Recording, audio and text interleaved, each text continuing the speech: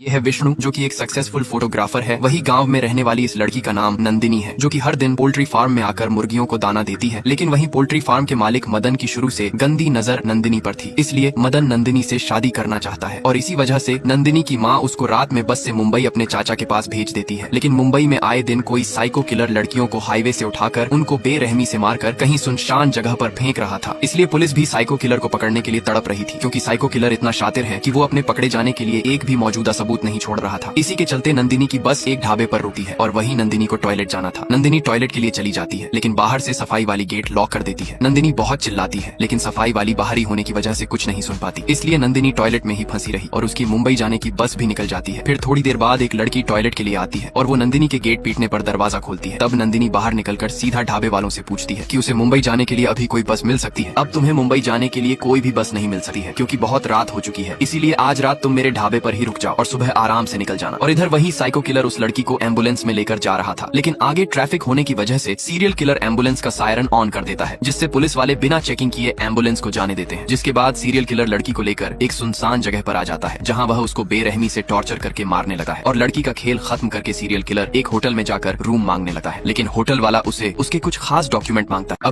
अब इतने में साइको किलर मैनेजर को 2000 रुपए का नोट दिखाता है, तो मैनेजर फिर साइको किलर को रूम की चाबियां दे देता है। और यहाँ विष्णु अपनी मौसी के ढाबे पर आया होता है। तब विष्णु की मौसी विष्णु से कहती है, क्या विष्णु तुम इस लड़की को मुंबई तक छोड़ सकते हो, क्योंकि रात में बेचारी की बस निकल गई थी। विष्णु कहता है, ठीक है मौसी, मैं इसे मुंबई तक छोड़ दूंगा। और इधर पुलिस वालों को फिर से किसी नई लड़की की लाश मिलती है और बहुत छानबीन करने के बाद भी पुलिस वालों के हाथ कुछ भी नहीं लगता है। तब एक पुलिस वाली कहती है, ऐसे तो हम खूनी को कभी नहीं पकड़ पाएंगे, इसीलिए पता करो कि रात के समय यहाँ से कौन सी गाड़ी 2 से 3 बार आई गई है। इसके बाद अब नंदिनी भी विष्णु के साथ मुंबई के लिए जाने लगती है। फिर रास्ते में विष्णु और नंदिनी की आपस में बहुत बातें होती हैं, जिससे विष्णु को मन ही मन नंदिनी से प्यार हो जाता है, लेकिन वह नंदिनी से कुछ कह नहीं पाता है। और इधर पुलिस उसी होटल में पहुंच जाती है जहां साइको किलर रात रुका था, लेकिन होटल का मैनेजर कहता है यहाँ कोई नहीं आया था, साइको किलर रुका था। लेकिन मैनेजर झूठ बोलते हुए कहता है, सर यहाँ कोई भी नहीं आया था। तब पुलिस वाली कहती है, अगर हमें पता चल गया कि साइको किलर इसी होटल में आया था तो उसके साथ तू भी जेल जाएगा। ये सुनकर मैनेजर के होश उड़ जाते हैं और वह तुरंत माफी मांगने लगता है और कहता है, हाँ कल रात एक आदमी हमारे होटल में आया था, आप जाकर उसका रूम चेक कर सकते हो। तब पुलिस वाले साइको किलर के रूम में जाकर तलाशी लेते हैं, लेकिन उन्हें वहाँ सिगरेट के अलावा कुछ भी नहीं मिलता है, क्योंकि साइको किलर वहाँ से जा चुका था। और इधर वही साइको किलर एम्बुलेंस में बैठा हुआ एक लड़की को देखा है, जो कि बिल्कुल अकेली थी। और इसी का फायदा उठाकर किलर गाड़ी से उतरकर सीधा उस लड़की के भाई के पास जाता है और उससे गाड़ी पंचर होने का नाटक करके झाड़ियों में ले जाकर मार देता है और फिर वापस ढाबे में आता है। तब लड़की साइको किलर को चाय देती है और किलर अपने काम को करने ही वाला था। इतने में कोई अनजान आदमी आ जाता है, जिसे देखकर साइको किलर तुरंत वहाँ से रफ्फू चक्कर हो जाता है। और उसी दिन पुलिस को उस लड़की के भाई की लाश मिलती है। नेक्स्ट पार्ट के लिए सब्सक्राइब करें।